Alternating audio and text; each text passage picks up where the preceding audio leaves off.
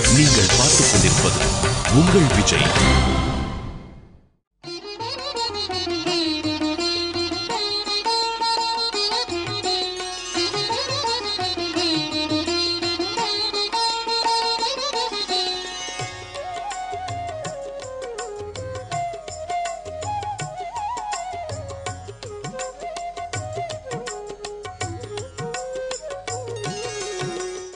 रंके समां पाहि रंके समां पाहि रंके समां पाहि रंगप्रभो लक्ष्मीनाथ समारंभां नादयामुनमध्यमाम् अस्मत्ताचार्यपर्यन्तां वन्दे गुरुपरम्परां. नमः श्रीरङ्गनाथाय कावेरी मध्यशायिने अर्चावतारश्रेष्ठाय सर्वमङ्गलदायिने. வைராக்கியம் அப்படிங்கிறது பகவானை பார்க்கறதுக்கு ரொம்ப அவசியமான ஒரு சாதனம். விரக்தி அப்படிங்கிறது, விரக்தி அப்படின்னு ஒன்று சொல்லும் பொழுது அது சரியாக நாம் புரிந்து கொள்ள வேண்டிய அவசியம் இருக்கின்றது. விரக்தி அப்படிங்கிறது வெறுப்பு அப்படிங்கிறதும் ரெண்டும் பார்க்கறதுக்கு ஒன்று மாதிரி இருக்கும். ஆனால் வெறுப்பு வேற, விரக்தி வேற. விரக்தியா இருக்கேன் அப்படின்னு எல்லாரையும் வெறுக்க ஆரம்பிக்கிறது அப்படிங்கிறது வேற. அது நிர்வேதம், வெறுப்பு. எனக்கு அதை கண்டா பிடிக்கல, இதை கண்டா பிடிக்கல, அவரை கண்டா பிடிக்கல, இவரை கண்டா பிடிக்கல அப்படின்னுட்டா அது வெறுப்பு. வெறுப்பு விரக்தி ஆகாது. அதனால தனித்து இருந்து எந்த செயலும் பண்ணாம பகவானுக்காக சாதனை பண்றது வேற, சோம்பேறித்தனம் வேற. எதுவும் பண்ணாம இருக்கிறது சோம்பேறித்தனம். எப்பொழுதும் பகவானையே நினைத்து கொண்டிருப்பது சாத்வீகமான பக்தி. பார்த்தா இவர்கள் பேசாம அமர்ந்துருக்கிறத பார்க்கும் பொழுது சோம்பேறிகளோன்னு தோணும். சோம்பேறிகள் கிடையாது, சித்தத்தினால சதா பகவத் தியானத்தில் இருப்பார். வெறுப்பு வேற, விரக்தி வேறேன்னு சொன்னோம் இல்லையா? ஒருத்தர் அவருக்கு இன்றைக்கு கையில் பைசா இல்லை, ஏதாவது சாமான் வாங்கி சமைக்கிறதுக்கு. பக்கத்து வீட்டில் 2-3 பேர் வீட்டில் போய் கடன் கேட்டார். கடன் கேட்டால் அவர்களும் பணம் தரலை. அரிசி கேட்டு பார்த்தார், எதுவும் கிடைக்கல. அன்றைக்கு அவர் சாப்பிடலை, பட்டினி இருக்கார். ஆனால் ஒருத்தர் வீட்டில் எல்லாம் இருக்கு. அவர் 100 பேருக்கு சாதம் போடுவார், 1000 பேருக்கு சாதம் போடுவார். ஆனால் இன்றைக்கு கோகுலாஷ்டமி அப்படிங்கிறதுனாலையோ ஏகாதசி அப்படிங்கிறதுனாலையோ அவர் சாப்பிடாம இருக்கார். இருக்கு சாப்பிடாம இருக்கார். ஒருத்தர் இல்லை சாப்பிடாம இருக்கார்.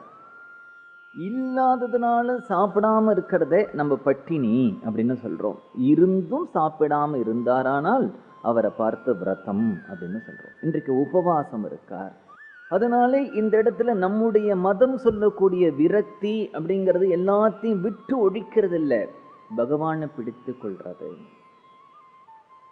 எல்லாத்தையும் விட்டுடு விட்டுடு விட்டுடுங்கிறது இங்க விஷயம் இல்லை. எல்லாத்திலையும் நீ எந்த அளவுக்கு ஈடுபடுறையோ அவ்வளவு ஈடுபாடும் உனக்கு பகவான் கிட்டக்க வரணும். பகவான் கிட்டக்க வரல அப்படின்னா அது விரக்தி ஆகாது, அது வெறுப்பு. ஒருத்தர் ராத்திரி முழுக்க தூங்காம இருக்கார், இருக்கட்டுமே, என்ன பதனால? ஒருத்தர் ஜென்மா முழுக்க சாப்பிடாம இருக்கார், இருக்கட்டுமே. ஒருத்தர் எந்த வீட்டிலையும் தங்காம ஒரு மரத்தடியிலேயே வாழ்க்கை முழுக்க இருக்கார், இருக்கட்டுமே. ஒருத்தர் காட்டிலேயே அலைந்து கொண்டு இருக்கார், இருக்கட்டுமே. என்னப்ப அதனால?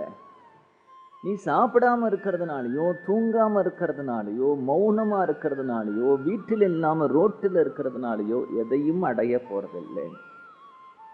அதுக்கெல்லாம் என்ன பேரு அப்படின்னா வெறுப்பு. வெறுப்பு. அதனால என்ன பிரயோஜனம்? வேண்டுமானால் இவ்வளவு நாட்கள் இவர் சாப்பிடாம இருந்தார் அப்படின்னா கின்னஸ் ரெக்கார்ட்ல அவருடைய பேரை சொல்லலாம். தூங்காம இருந்தார்னா அதுக்காக கின்னஸ் ரெக்கார்ட்ல அவருடைய பேரை சொல்லலாம். இவ்வளவு நாள் மௌனமா இருந்தார் அப்படின்னு பேர் சொல்லலாமே தவிர பகவான் அப்படிங்கிறவன் ஏதோ நீ விலை கொடுத்து வாங்கக்கூடிய ஒரு பொருள் அல்ல. ஏதோ ஒரு செயல் செய்து அந்த செயலுக்காக பகவான் உனக்கு கிரயமாகக்கூடிய ஒரு பொருள் அல்ல. வைதிக கர்மங்களை நீ பண்ணினாலே அந்த கர்மாவுக்கு பகவான் வரமாட்டான் அப்படின்னுட்டா, அந்த கர்மாக்கள் ஏதா இருந்தாலும் அது ஜடம். ஜடத்திலிருந்து சைத்தன்யமான பகவான் ஒரு காலம் கிடைக்க மாட்டான். அதனால என்னன்னா, சாப்பிடாம இருந்தா இந்திரியங்கள் பலம் இழந்து போகும். பலம் இழந்து போச்சுன்னா காமக்ரோதாதிகள் மனசுல தூண்டப்படாது. அந்த நிலையில உனக்கு பகவானை சிந்தனை பண்றதுக்கு அது ஹேது சுலபம். அவ்வளவுதானே தவிர வெறும் சாப்பிடாம இரு. ஒருத்தர் ஏகாதசினிக்கு வெறும் சாப்பிடாம இருக்கார், பிரயோஜனம் இல்லை. சாப்பிடாம இருந்து நாம சங்கீர்த்தனம் பண்ணணும். தூங்காம உட்கார்ந்து டிவி பார்த்துட்டு இருக்கார், நீ அதுக்கு பேசாம படுத்துட்டு தூங்கலாம். தூங்காம இருந்து நாம கீர்த்தனம் பண்ணணும். அதனால ஏகாதசினிக்கு தூங்கக்கூடாது, ஏகாதசினிக்கு சாப்பிடக்கூடாது, அதை மட்டும் நீ படித்தா போறாது. சாப்பிடாம உபவாசம் இருந்து பகவத் பக்தி பண்ணணும். கண் விழித்து பகவத் பக்தி பண்ணணும். ஒரு மரத்துல ஒருத்தன் இருக்கான், அவன் ஒரு கிளையை பிடிச்சுட்டு இருக்கான். கிளையை பிடிச்சுட்டு இருக்கும் பொழுது நாம என்ன சொல்றோம் அப்படின்னா, அந்த கிளையை அவன் விடணும்னா வேற ஒரு கிளையை பிடிச்சுக்கோ, அப்பதான் கீழே விழமாட்டேன். கண்கள்னால உலக விஷயங்களை பார்க்கறியே, காதுனால உலக விஷயங்களை கேட்கிறியே, வாயினால உலக விஷயங்களையே பேசிட்டு இருக்கியே, இவ்வளவு இந்திரியங்களையும் பகவத் விஷயமா திருப்பி விடு. அதுக்கு தான் விரக்தி, அதுக்கு தான் பக்தி. உலக விஷயங்களையும் நான் பார்க்க மாட்டேன், பகவானையும் பார்க்க மாட்டேன் அப்படின்னுட்டா ஜடம், ஒரு உருளைக்கிழங்கு மாதிரி, பிறந்ததற்கே பயனில்லை. அதனால வெறுமை நீ சாப்பிடாம தூங்காம இல்லைன்னா இருந்தையானால் அதற்கெல்லாம் பலன் என்ன ஸ்ரீமத் பாகவதத்துல சொன்னார் அப்படின்னா, சிரமம் ஏவகி கேவலம் அப்படின்னார். நீ கஷ்டப்பட்டியே அதுதான் லாபம். நீ சுட சுட சுட ஒரு கல்லில் படுத்துட்டு இருக்கிறதுனால ஒரு பிரயோஜனமும் இல்லை. உன்னை நீயே வருத்திக்கிறதுனால ஒரு பிரயோஜனமும் இல்லை. இதனால என்ன பலன் கிடைக்கணும் அப்படின்னுட்டா, இதெல்லாம் மனதை அடக்கி, இந்திரியங்களை அடக்கி, பசி அடக்கி, தூக்கத்தை அடக்கி, அத்தனையும் பகவான்கிட்ட போகணும்.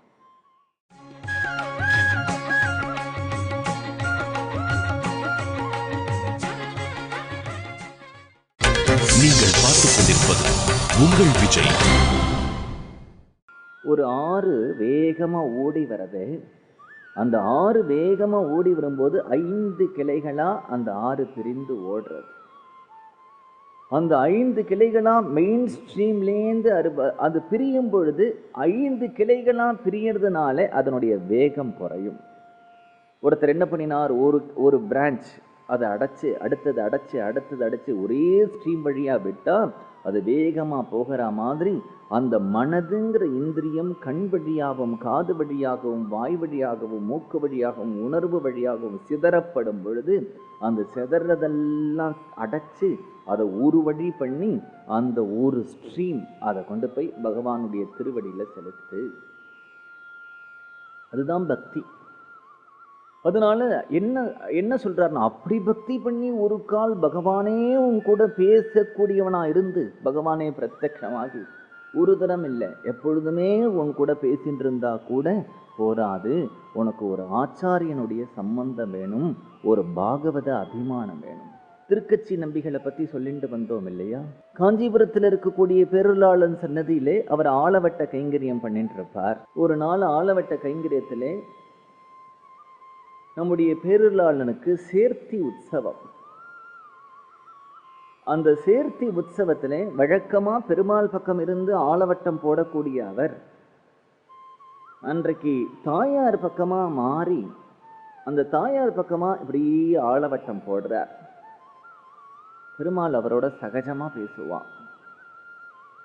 அந்த பெருமாள் அவரை பார்த்து கேட்கிறான், திருக்கச்சி நம்பிய பார்த்து, என்ன இன்றைக்கு இந்த பக்கம் கட்சி மாறிவிட்டீர்?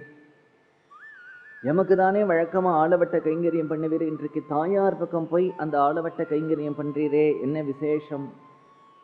உமக்கு உகப்பா இருக்கும் தான் நான் பண்றேன். எமக்கு உகப்பா இருக்குங்கிறது எப்படி தெரியும்? நீர் தானே சொல்லி இருக்கீர். நான் எங்க சொன்னேன்? ஸ்ரீ ராமாவதாரம் பண்ணும் பொழுது சீத்தை இலங்கையில தான் அசோகவனத்துல தான் இருக்கா அப்படிங்கிறத ஹனுமார் மூலமா தெரிஞ்சின்ற ராமபிரான் சுக்ரீவனோட கிளம்பி லக்ஷ்மணாழ்வாரோட கிளம்பி எல்லாரும் சேர்ந்துண்டு இந்த சமுத்திர கரைக்கு வந்துட்டா. சேது பந்தனம் பண்ணணும். அந்த சமுத்திர கரையில் இருக்கும் பொழுது ராமபிரான் இளையாழ்வாரை பார்த்து, லக்ஷ்மண ஆழ்வாரை பார்த்து சொல்றார், லக்ஷ்மணா, என்னவோ இந்த சமுத்திர கரையில வந்து நான் உட்கார்ந்து கொண்டதிலிருந்தே இந்த காற்று என் மேல வந்து வீசுறது பத்தியா, இது எனக்கு ஒரு மனசுக்கு ஒரு சாந்தியை கொடுக்கறதுடா. என்னவோ தெரியல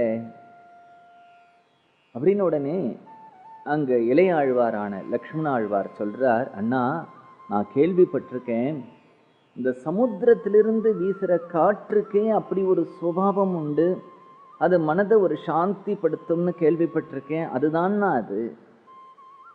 உடனே ராமபிரான் பதில் சொல்றார், அது இல்லடா, அது வேற ஒரு காரணம் இருக்கு. என்ன காரணம்? இந்த 100 யோஜன தூரம் சமுத்திரம் இல்லையா, இந்த 100 யோஜன தூரத்தை தாண்டிட்டோமானால் ஸ்ரீலங்கா இல்லையா, அந்த ஸ்ரீலங்காலே அசோகவனத்துல தானே பிராட்டி இருக்கா. இந்த காற்று இருக்கே, அவ மேல பட்டுட்டு என் மேல வந்து படுறதுடா. பிராட்டி மேல பற்ற காற்று என் மேல வந்து படுறதுனாலே எனக்கு சாந்தியை கொடுக்கிறது அப்படிங்கிறார் ராமருடைய ஹிருதயம் பாவம். அதை இங்க இடத்துல திருக்கச்சி நம்பிகள் நீரன்று விபவாவதாரமா ராமாவதாரம் பண்ணும் பொழுது லக்ஷ்மணாழ்வார்கிட்ட இந்த விஷயத்தை சொன்னீர் இல்லையா, அதனால நான் இப்ப என்ன பண்றேன்னா, இந்த பக்கம் தாயார் பக்கம் பெருந்தேவி தாயார் பக்கம் நின்னுண்டு விசிறி விசிறி பெருந்தேவி தாயார் மேல பட்ட காற்றை உங்க பக்கம் அனுப்புறேன். சிரிச்சுக்கிறார் பெருமாள். விபவாவதாரத்துல பெருமாள் பேசினதையும் அவர் பண்ணினதையும் அவர் மறந்து போயிடுவார், ஆனா பக்தர்கள் மறக்கவே மாட்டார். பிரதிக்ஷணமும் அதையே அனுசந்தானம் பண்ணிட்டு இருக்கக்கூடிய அவர்களுக்கு எப்படி மறக்கும்? அது மாதிரி ஒரு நாள் பள்ளி அறையில பெருமாளுக்கு இப்படியே ஆலவட்ட கைங்கரியம் பண்ணிட்டு இருக்கார் திருக்கச்சி நம்பிகள், காஞ்சி பரிபூர்ணர். அப்படி கைங்கரியம் பண்ணிட்டே இருக்கும் பொழுது ரொம்ப முடியல அவருக்கு, வயது ரொம்ப தள்ளாத வயது அடைஞ்செடுத்து. தள்ளாத வயது வந்ததுனாலதான் பேரூர்லாளனே நீ தினமும் பூவிருந்த வள்ளியிலிருந்து வர வேண்டாம், இங்க வந்து கைங்கரியம் பண்ணுன்னு நியமனம் பண்ணினான். கைங்கரியம் இல்லாம அவரால் இருக்க முடியாது, அதனால அவரே ஒரு கைங்கரியம் பெற்று வாங்கி கொண்டார். என்ன கைங்கரியம்? ஆலவட்ட கைங்கரியம். அந்த ஆலவட்ட கைங்கரியத்துல அவருக்கு ஒரு லாபம். என்ன லாபம்னா, பக்கத்துல பெருமாளோட இருந்துட்டு பெருமாள் அவரோட எப்ப பார்த்தாலும் தொணன்னு பேசிட்டு அப்படி ஒரு லாபம் அவருக்கு. சரி, பெருமாள் எப்பொழுதாவது சந்தோஷமா முகம் கொடுத்து பேசும் பொழுது நம் விஷயமாகவும் ஒரு பிரார்த்தனை அவர்கிட்ட கேட்டுக்கணும் அப்படின்னு இவர் நினைத்து கொண்டு இருந்தார். அது மாதிரி ஒரு நாள் பெருமாள் ரொம்ப குதூகலமா வார்த்தையாடின்னு இருக்கும் பொழுது எதுவா அவர் ஆரம்பிக்கிறார், நமக்கு தள்ளாத வயதா எடுக்க முடியல, எனக்கு எப்ப பரமபதத்துக்கு அனுப்ப போறீர் அப்படிங்கிறார். பெருமாள் என்ன சொன்னான் அப்படின்னா, உமக்கு பரமபதம் உண்டுன்னு யார் சொன்னது? தூக்கி வாரி போட்டது அவருக்கு. என்னடா அது, பூவிருந்தவள்ளியிலிருந்து புஷ்ப கைங்கரியம் பண்ணியிருக்கோம், அதோட மட்டும் இல்லாம ஆலவட்ட கைங்கரியம் பண்ணியிருக்கோம், அது மட்டும் இல்லாம பெருமாள் சகஜமா நம்மோட ஒரு சகா மாதிரி பேசிண்டே இருக்கார்.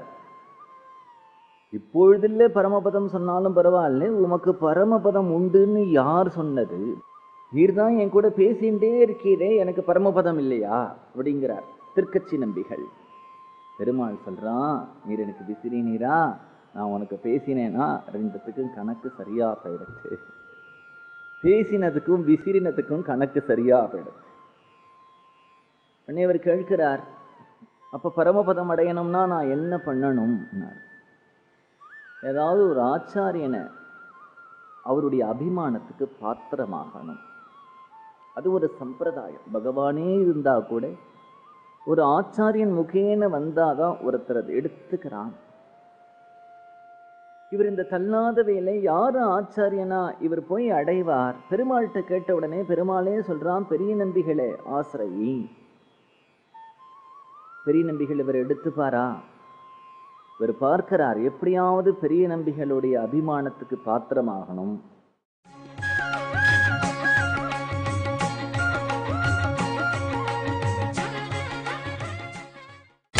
நீங்கள் பார்த்துக் கொண்டிருப்பது உங்கள் விஜய். நாம பெரிய நம்பிகள்கிட்ட போனா பெரிய நம்பிகள் நம்ம குற்றேவல் பண்ணி அவருடைய அபிமானத்துக்கு பாத்திரம் ஆகிறதுக்கு நாம் ஏதாவது கைங்கரியம் பண்ணணும்னு ஆசைப்பட்டா கூட அவர் விடுவாரான்னு தெரியாது. அதனால என்ன பண்ணுவார் அப்படின்னா, தினமும் திருக்காவேரி, அந்த ஸ்ரீரங்கத்தில் இருக்கக்கூடிய காவேரியிலே பெரிய நம்பிகள் தீர்த்தமாட வருவார் அப்படின்னு தெரிஞ்சின்றார். பெரிய நம்பிகள் தீர்த்தமாட வர்றதுக்கும் போகிறதுக்கும் தள்ளாத வயதா இருக்கிறதுனால ஒரு மாட்டு வண்டியில வந்துட்டு போவார். பெரிய நம்பிகள் தினமும் ஒரு கார்த்தாள் காவேரியில தீர்த்தமாடுறதுக்காக சூரிய உதயத்துக்கு முன்னாடி இருட்டிலேயே ஒரு மாட்டு வண்டியை கட்டிண்டு அந்த மாட்டை ஒருத்தர் ஓட்டிண்டு வருவார். காவேரியில் இந்த மாட்டெல்லாம் அவிழ்த்து விட்டுட்டு காவேரியில தீர்த்தமாடி அனுஷ்டானங்கள்லாம் பண்ணி ஜபங்கள்லாம் பண்ணிட்டு திருப்பி அந்த மாட்டு வண்டியிலேயே தன்னுடைய திருமாளிகைக்கு திரும்பி வருவார். திருக்கச்சி நம்பிகள் பார்த்தார், இவர்கிட்ட போய் ஏதாவது நானே ஏதாவது கைங்கரியம் பண்றேன்னா அவர் அனுமதிக்க மாட்டார் நிச்சயமா. ஆனா பேரருளாளனோ அவருடைய அபிமானத்துக்கு பாத்திரமாகின்ற வான்னு சொல்லிட்டான்.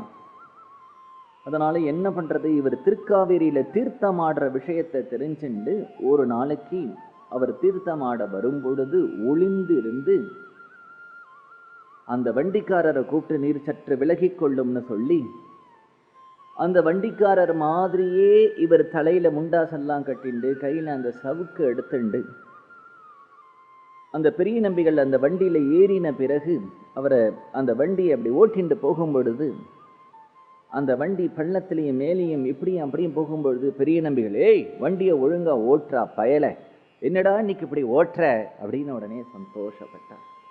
ஏன் அப்படின்னார், ஒரு ஆச்சாரியனுடைய அபிமானத்துக்கு பாத்திரமாகணும்.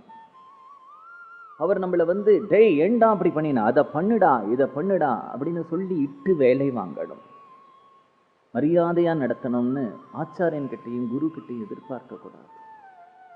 எவ்வளவுக்கு எவ்வளோ அவர் இட்டு வேலை வாங்குறாரோ அந்த அளவுக்கு நம்ம கிட்ட அவருக்கு சுவாதீனம், அவருக்கு ஒரு பொருளா சந்தன தாம்பூலாதிகள் போல அப்படின்னு சொல்லுவா. இந்த சந்தனமும் தாம்பூலத்துக்கும் அதுக்கு உயிர் உண்டோ, இட்ட இடத்தில் இட்டபடி இருக்குமா போலே அப்படி இருக்கணும்.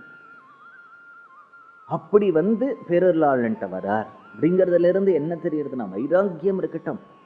ஒரு கால் பகவத் பக்தியே பகவத் பக்திங்கிறதே துர்லபம், உத்தம பக்தி. ஒரு கால் நம்முடைய கஷ்டத்தை நினைத்து பக்தி வரும், இல்லைன்னா ஏதாவது வேண்டுமே அது நம்ம ஆசைப்பட்டது இன்னும் நடக்கலையே அப்படின்னு நினைத்து ஒரு பக்தி வரும். அதுக்கு மேலே போனால் கூட அல்பமான ஏதாவது சித்திகளை உத்தேசம் பண்ணி பக்தி வரும். சில பேர் கைவல்யத்தை ஆசைப்பட்டு பக்தி பண்ணுவா, பகவானுடைய சந்தோஷத்துக்காக பக்தி வரணும். அந்த பக்தி அந்த பக்தியினுடைய பரம பிரயோஜனமா பகவான் சகஜமா நம்மோட பேசக்கூடிய ஒரு ஸ்திதி. அத்தகைய ஸ்திதியில் இருந்தவர் காஞ்சி பரிபூர்ணன்னு சொல்லக்கூடிய திருக்கச்சி நம்பிகள். அந்த திருக்கச்சி நம்பிகளையே பேரருளாளன் ஒரு ஆச்சாரிய முகேனவா, ஒரு பாகவத அபிமானத்துக்கு பாத்திரமாகி வா அப்படின்னுட்டா. ஒரு சாதாரண வைராக்கியமோ சாதாரணமா ஒரு பண்ணக்கூடிய பக்தியோ என்ன பிரயோஜனம்? ஆனா ஒன்னே ஒன்று, நம்முடைய பக்தி அத்தகைய உயர்ந்த பக்தியா இருக்க வேண்டாம், நமக்கு அத்தகைய வைராக்கியமும் இருக்க வேண்டாம். சம்சாரத்திலிருந்து இருந்து கொண்டு ஒழக்கூடிய எவ்வளவோ பக்தர்களே நாமும் ஒருத்தராக தான் இருக்கட்டும். இவ்வளவு இருந்தும் ஒன்னே ஒன்று நமக்கு இருக்குமானால் நம்ம கரையேறி விடலாம். அத்தகைய ஆண்டாள் மாதிரியோ பெரிய ஆழ்வார் மாதிரியோ அழுது தொழுது பண்ணக்கூடிய பக்தி இல்லாவிட்டாலும் கூட, நம்ம ஆழ்வார் மாதிரி அத்தகைய யோகத்துல நம்மளால நிற்க முடியாதவர்களா திருமழிசை ஆழ்வார் போன்று இருந்தாலும் கூட, ஒரு ஆச்சாரியனுடைய அபிமானத்துக்கு நாம பாத்திரமாகிவிட்டோமானால், ஒரு பாகவத அபிமானத்துக்கு பாத்திரமாகிவிட்டோமானால் நம்ம கரையேறி விடலாம் அப்படிங்கிறது தான் இதை காண்பிக்கிறது.